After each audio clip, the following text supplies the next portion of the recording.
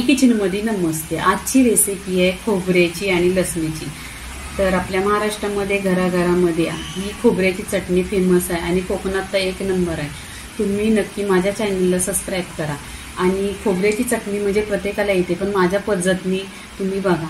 तर इथे मी 1 वाटी खोबरा घेतलेला आहे, सुका खोबरा आहे आणि किसलेला आहे। 1 वाटी लसूण आहे। तुम्ही जेवढी लसूण घेणार जास्त तेवढा टेस्ट खूप छान येतो। 1 चमचा कश्मीरी लाल मिरची पावडर आहे। ही मिरची पावडर तिखट नसते, ही म्हणजे कलरला असते। तुम्हाला ही कुठे पण भेटणार, दुकानात भेटणार किंवा ऑनलाईन। आणि तुम्हाला तिखट पाहिजे तर तिखट पण घ्या मिरची पावडर। चवीनुसार मीठ, अर्धी चमचा जिरं टाकलेलं आहे। त्याच्यामध्ये लसूण टाकायचं।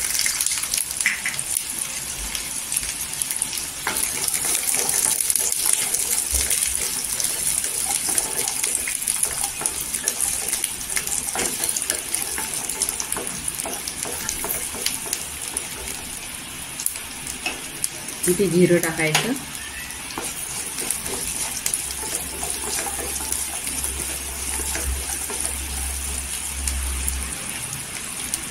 इथे सुका खोबरं टाकायचा। तेल ह्याच्यासाठी टाकलेलं आहे की आहे ना, हा सुका खोबरा आहे ना, त्याला जेव्हा आपण मिक्सरमध्ये पिसू तेव्हा छान असा तेल सुटतो बघा, तेलकट एकदम। आणि काही जागेवर असा सुका खोबरा कोरडा पडतो आणि जागेमध्ये कुणाचा जागा असा उघडा असतो, बंद असतो, असं ठिकाणी आहे ना खोबरा एकदम सुका पडतो। ह्याच्यामुळं चटणीला खूप छान असा तेल सुटणार आहे। ह्याच्यामुळं मी 1 चमचा तेल टाकून घेतलं आहे। नाही तर इथे काय तेलात भाजायचं नाही का, गोल्डन नाही कलर की याचा काय नाही, 1-2 मिनिटं असं तेलावर परतून घ्यायचं आहे।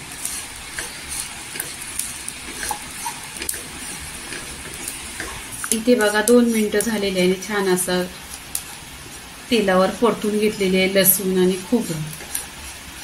इथे आपण काय करायचं, गॅस बंद करायचा आणि आपण आहे ना हे काढून घ्यायचं प्लेटमध्ये।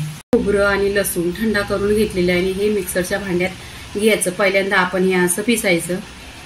इथे बघा असं फिरवून घेतलेलं आहे। जास्त पण आहे ना ही नाही करायचं आहे, पिसायचं नाही, असंच कण पाहिजे।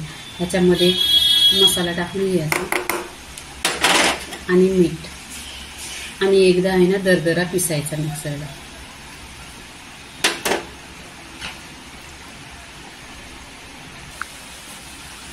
इथे बघा दरदरी पिसलेली आहे आणि छान अशी बघा खोबऱ्याची आणि लसणीची चटणी झालेली आहे, 1 नंबर। आणि ही काय करायचं, काचेची बरणी असेल तुमच्याकडं तर स्वच्छ धुवायची आणि कोरडी करायची आणि त्याच्यामध्ये ठेवायचं। 1-1.5 महिना आहे ना अशी बाहेर राहते। तुम्ही टिफिनला घेऊन जा, स्कूलमध्ये जा। आणि ही चटणी माझ्या घरामध्ये माझ्या आऊला लय आवडते, भाकरी बरोबर खायला। तुम्ही ब्रेड बरोबर पण खा किंवा भाताबरोबर खाल्ली तरी चालेल। आणि खोबऱ्याची चटणी झालेली आहे। लाईक करा, शेअर करा, सबस्क्राईब करा आणि नेहमीच खा करा। धन्यवाद।